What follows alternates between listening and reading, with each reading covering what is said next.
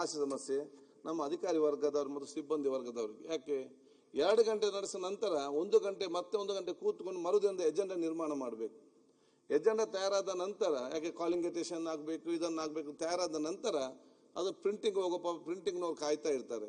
Printing ಆದ ನಂತರ ಪಾಪ ಅದನ್ನು ತಗೊಂಡೋಗಿ ಎಲ್ಲ ಶಾಸಕರ ರೂಮ್ಗಳಿಗೆ ಹಾಕ್ಲಿಕ್ಕೆ ಅಂತ ಸಿಬ್ಬಂದಿ ವರ್ಗ ಬೆಳಿಗ್ಗೆ ತನಕ ಹೋಗಿ ಕೂಡ ಅದನ್ನು ಹಾಕುವಂಥ ಕೆಲಸ ಮಾಡ್ತಿದ್ರೆ ಯಾರು ಕೂಡ ಅದ್ರ ಬಗ್ಗೆ ಅಪಸ್ವರ ಎತ್ತಲಿಲ್ಲ. ಇದೆ ಸಂಪೂರ್ಣವಾದ ನಮ್ಮ ಏನು ಯೋಜನೆ ಇದೆ ಅದನ್ನು ಅತ್ಯಂತ ಪ್ರಾಮಾಣಿಕತೆಯಿಂದ ಕೆಲಸ ಮಾಡಲಿಕ್ಕೆ ನಮ್ಮ ವರ್ಕಿಂಗ್ ಟೀಮ್ ಸಂಪೂರ್ಣವಾದ ಸಹಕಾರ ಕೊಟ್ಟಿದೆ. ಸಭಾಧ್ಯಕ್ಷ ನಾವು ಇಂಟರ್ನ್ಯಾಷನಲ್ CPI ಕಾನ್ಫರೆನ್ಸ್ ಮಾಡಿದ್ದೆವು. ಆ ಒಂದು ಕಾನ್ಫರೆನ್ಸ್ ಅದು ನಮ್ಮ ಮುಖ್ಯಮಂತ್ರಿಗಳು ಸಹಕಾರ ಕೊಟ್ಟು, ಪ್ರತಿಪಕ್ಷ ನಾಯಕರು ಸಹಕಾರ ಕೊಟ್ಟು, ನಮ್ಮ ಎಲ್ಲ ಸಿಬ್ಬಂದಿ ವರ್ಗದವರು ಸಂಪೂರ್ಣ ಕೆಲಸ ಮಾಡಿದ ಕಾರಣ ಇವತ್ತು ಅಂತಾರಾಷ್ಟ್ರೀಯ ಮಟ್ಟದಲ್ಲಿ ಕಾಮನ್ವೆಲ್ತ್ನ ಈ ಪಾರ್ಲಿಮೆಂಟರಿ ಅಫೇರ್ ನಮ್ಮ ಸ್ಪೀಕರ್ಸ್ ಕಾನ್ಫರೆನ್ಸ್ ಆದಾಗ ನಮ್ಮ ಸೆಕ್ರೆಟರಿ ಜನರಲ್ ಲಂಡನ್ನವರು ಮತ್ತು ಅಧ್ಯಕ್ಷ ಸೌತ್ ಆಫ್ರಿಕಾದವರು ಅವರು ಕೂಡ ಆ ಬೋರ್ಡ್ಸಲ್ಲಿ ಇಂಡಿಯಾ ದೇಶದ ಕರ್ನಾಟಕ ಬೆಂಗಳೂರು ಆದಂಥ ಬಗ್ಗೆ ಬಹಳಷ್ಟು ಇವತ್ತು ಅದರ ಬಗ್ಗೆ ಅಲ್ಲಿ ಮಾತನಾಡಿದರು, ಹೊಗಳಿದರು. ಅಷ್ಟು ಮಾತ್ರ ಅಲ್ಲ, ಲೋಕಸಭಾ ಸ್ಪೀಕರ್ ಓಂ ಬಿರ್ಲಾ ಅವರನ್ನು ನಾನು ಕೂಡ ಇವತ್ತು ಅಭಿನಂದನೆ ಸಲ್ಲಿಸ್ತೇನೆ. ಬಹುಶಃ ಲೋಕಸಭಾ ಸ್ಪೀಕರ್ ಆಗಿ ನಾನು ಕರ್ನಾಟಕದ ಒಬ್ಬ ಯುವಕನಾಗಿ ಕೂಡ ಬಹುಶಃ ಪ್ರತಿಯೊಂದು ಸಂದರ್ಭದಲ್ಲಿ ಕೂಡ ಯಾವುದೆಲ್ಲ ಕಮಿಟಿ ನ್ಯಾಷನಲ್ ಲೆವೆಲ್ ಕಮಿಟಿ ಆಯ್ತಾ ಆ ಎಲ್ಲ ಕಮಿಟಿಯಲ್ಲಿ ನಾನು ಬಹುಶಃ ಹಾಕಿಕೊಟ್ಟದ್ದು ಮಾತ್ರ ಅಲ್ಲ, ಯಾವ್ದು ನಾನು ಕರ್ನಾಟಕದಲ್ಲಿ 23 ವರ್ಷ ನಮ್ಗೆ ಅವಕಾಶ ಆಗಲಿಲ್ಲ CPI ಮಾಡಲಿಕ್ಕೆ ಅವಕಾಶ ಕೊಡ್ಬೇಕಂತ ಹೇಳಿದಾಗ ತತ್ಕ್ಷಣ ಕೇಳಲಿಕ್ಕೆ ನಾವು ಒಪ್ಪಿಗೆ ನಮ್ಗೆ ಕೊಡೋಂಥ ಕೆಲಸ ಇವತ್ತಾಯಿತು. ಯಾವುದು ನಾನು ಹೋದಂಥ ಸಂದರ್ಭದಲ್ಲಿ ಎಲ್ಲ ಅಪಾಯಿಂಟ್ಮೆಂಟ್ ಕೊಟ್ಟು ಏನೆಲ್ಲ ಕೆಲಸ ಆಗಬೇಕಾ ತತ್ಕ್ಷಣ ಮಾಡಿಕೊಳ್ಳೋ ವ್ಯವಸ್ಥೆ ಕೂಡ ಇವತ್ತು ಲೋಕ ಸ್ಪೀಕರ್ ಇವತ್ತು ಮಾಡಿ ಅವರಿಗೂ ನನ್ನ ಕೃತಜ್ಞತೆ ಸಲ್ಲಿಸ್ತೇನೆ. ಈ ದೇಶದ ಬೇರೆ ಬೇರೆ ರಾಜ್ಯದ ಎಲ್ಲ ಸ್ಪೀಕರ್ ಒಂದು ಸೋದರ ರೀತಿಯಲ್ಲಿ ಆಗಿಂದಾಗೆ ಭೇಟಿ ಮಾಡಿಕೊಂಡು ಚರ್ಚೆ ಮಾಡಿಕೊಂಡು ಏನು ಮಾಡಬೇಕಂತೇಳಿ ಆ ಒಂದು ಕೂಡ ನಮಗೆ ಇವತ್ತು ಸಹಕಾರ ಇವತ್ತು ಕೊಟ್ಟಿದ್ದಾರೆ. ಅದಕ್ಕಾಗಿ ಈ ಒಂದು ಅವಕಾಶನ ಇವತ್ತು ನಾನು ಪಡೆದುಕೊಂಡು ಬಹುಶಃ ಈ ಒಂದು ಆ ಒಂದು 3 ವರ್ಷದ ಏನು ಕಾಲಘಟ್ಟದ ನಾವೇನು ಇವತ್ತು ಕೆಲಸ ಮಾಡಿದ್ದೇವೆ ಅದು ಖಂಡಿತವಾಗಿಯೂ ನಾನು ಶಾಶ್ವತವಾಗಿ ಜೀವನ ಪೂರ್ತಿ ಅದನ್ನು ನೆನಪಿಟ್ಟುಕೊಳ್ಳುವಂಥ ಒಂದು ಕಾಲಘಟ್ಟ ಅಂತ ಕೂಡ ನಾನು ಹೇಳಲಿಕ್ಕೆ ನಾನು ಇವತ್ತು ಬಯಸ್ತೇನೆ.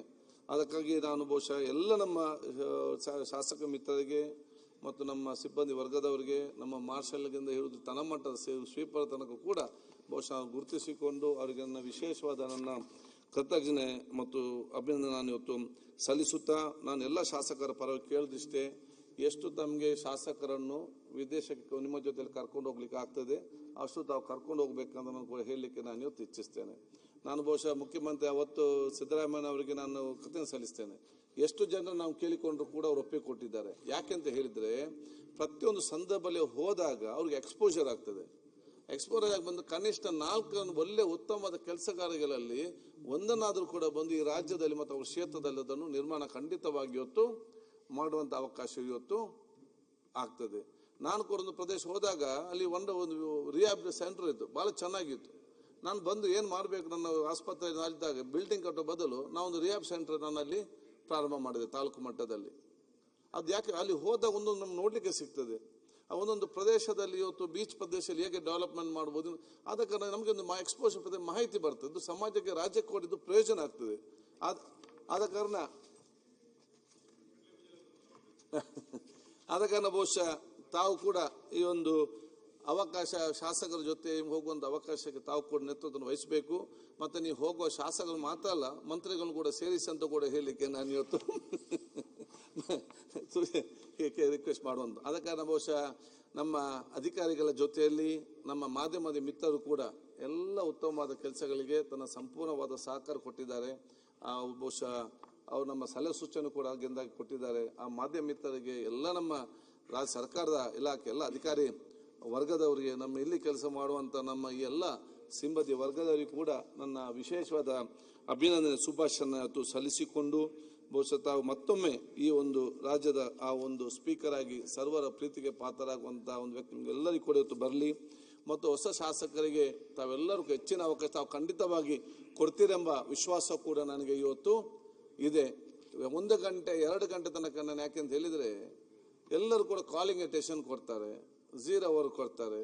ಕನಿಷ್ಠ ಒಂದು ಶಾಸಕರಿಗೆ ಬಂದು ನೀವು ಶಾಸಕರಿಗೆ 100 ಕೋಟಿ 10 ಕೋಟಿ ಕೊಡೋದಕ್ಕಿಂತ ಜಾಸ್ತಿ ಏನಂತ ಹೇಳಿದ್ರೆ, ಆ ಶಾಸಕರಿಗೆ ಅವರ ಕ್ಷೇತ್ರದ ಜನರ ಪರವಾಗಿ, ಕ್ಷೇತ್ರದ ಅಭಿವೃದ್ಧಿ ಪರವಾಗಿ ಎದ್ದು 4 ಮಾತಾಡುವಂತ ಅವಕಾಶ ಸಿಕ್ಕಿದ್ರೆ ಅದು ಎಷ್ಟೋ ಕೋಟಿಗಿಂತ ದೊಡ್ಡ ಗ್ರಾಂಟ್ ಅವರಿಗೆ ಆಗಿ ಬಿಡ್ತದೆ. ಯಾಕಂದ್ರೆ ಜನರ ಮುಂದೆ ಹೇಳಲಿಕ್ಕೆ ಆಗ್ತದೆ, ಮಾಧ್ಯಮದಲ್ಲಿ ಬರ್ತದೆ, ಸೋಷಿಯಲ್ ಮೀಡಿಯಾದಲ್ಲಿ ಹೋಗ್ತದೆ.